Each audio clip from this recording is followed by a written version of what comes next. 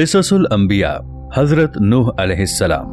मोहतरम नाज़रीन, सिलसिला क़िससुल अंबिया के ज़ैल में पेश खिदमत हैं हज़रत नूह अलैहिस्सलाम के हालात व वाक़यात। गुज़श्ता क़िस्त का इख्तिताम हज़रत इदरीस अलैहिस्सलाम के मुफ़स्सिल अहवाल पर हुआ था।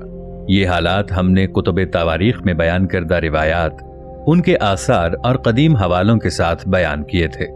आज की ज़ेरे नज़र वीडियो में हम हज़रत नूह अलैहिस्सलाम से वाबस्ता हालात, उस ज़माने से मुताल्लिक़ तहक़ीक़ी मवाद और इल्हामी कुतुब के दस्तयाब औराक़ से पेश कर रहे हैं।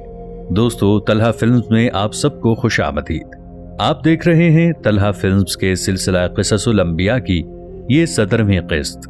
हज़रत नूह अलैहिस्सलाम का वाक़या इंसानी तारीख़ का एक अहम वाक़या है, जिसका बयान हमें कई मजहबी रिवायात में मिलता है।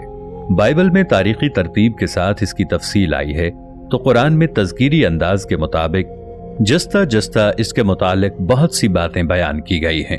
ये दोनों किताबें इल्हामी होने के लिहाज से चूंकि एक ही रिवायत की अमीन हैं और इनमें अक्सर व बेशतर वाक़यात बाहम मवाफ़िक़ पाए जाते हैं, इसलिए इनमें ये वाक़या भी अपनी असल के लिहाज से एक सा आया है।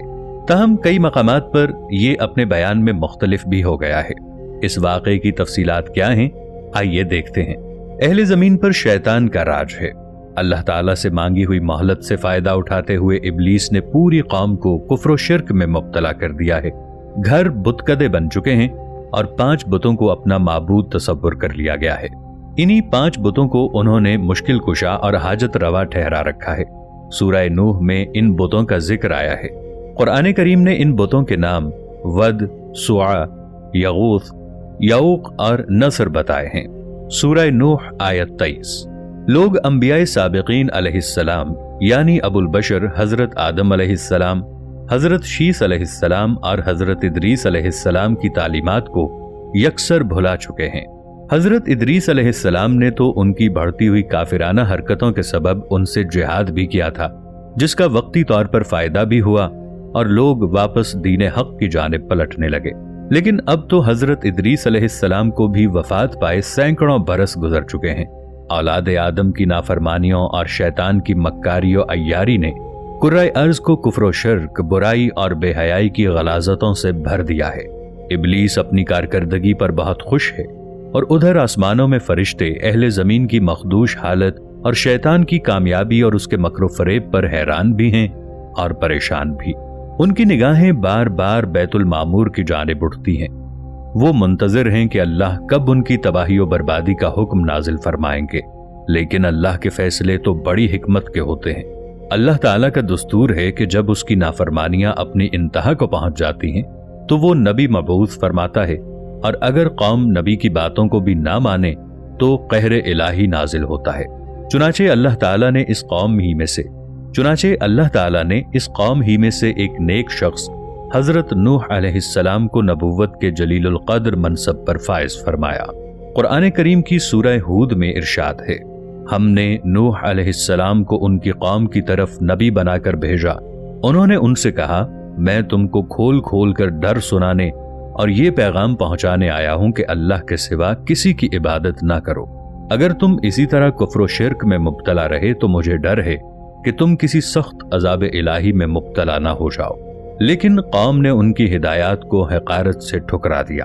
हजरत अब्दुल्ला बिन अब्बास रज़ियल्लाहु ताला अन्हु रिवायत करते हैं कि अल्लाह ताला ने हजरत नूह अलैहिस्सलाम को 40 बरस की उम्र में नबुव्वत अता फरमाई। तूफान से पहले आप अलैहिस्सलाम मुसलसल 950 बरस तक अपनी कौम को वाज़ो तबलीग करते रहे। सूरतुल अनकबूत में अल्लाह ताला ने इरशाद फरमाया, और हमने नूह अलैहिस्सलाम को उनकी कौम की तरफ भेजा तो वो उनमें 50 बरस कम 1000 बरस रहे।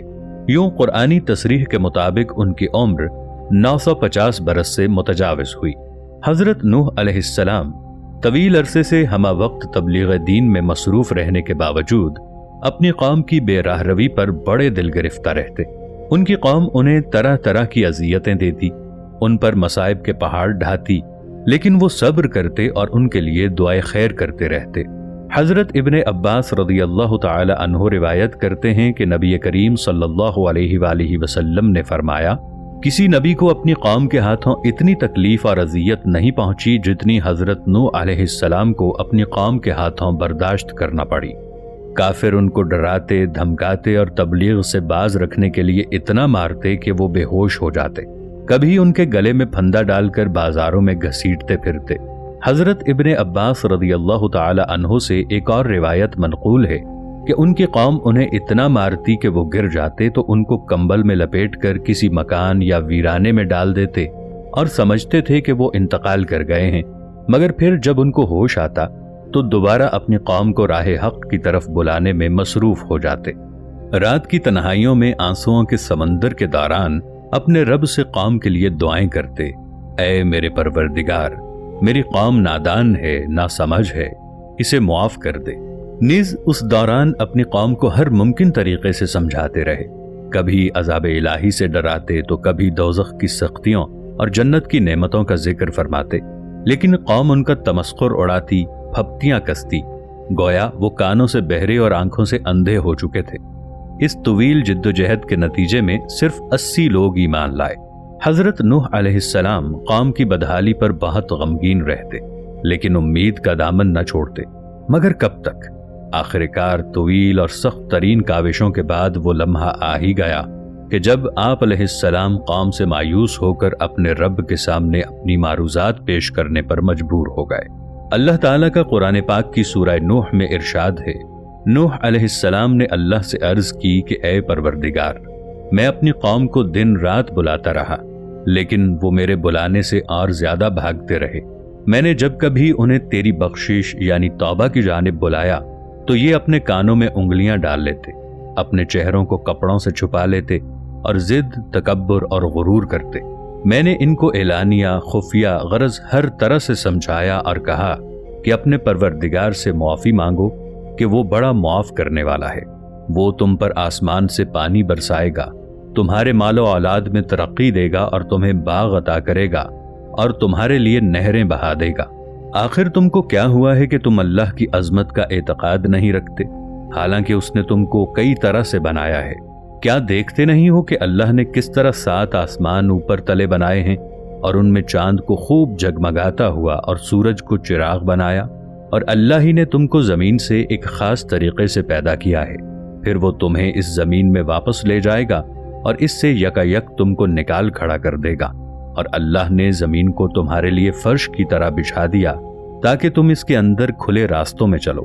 نوح علیہ السلام نے کہا، میرے رب، انہوں نے میری بات رد کر دی اور ان رئیسوں کی پیروی کی جو مال اور اولاد پا کر اور زیادہ نامراد ہو گئے۔ ان لوگوں نے بڑا بھاری مکر کا جال پھیلا رکھا ہے۔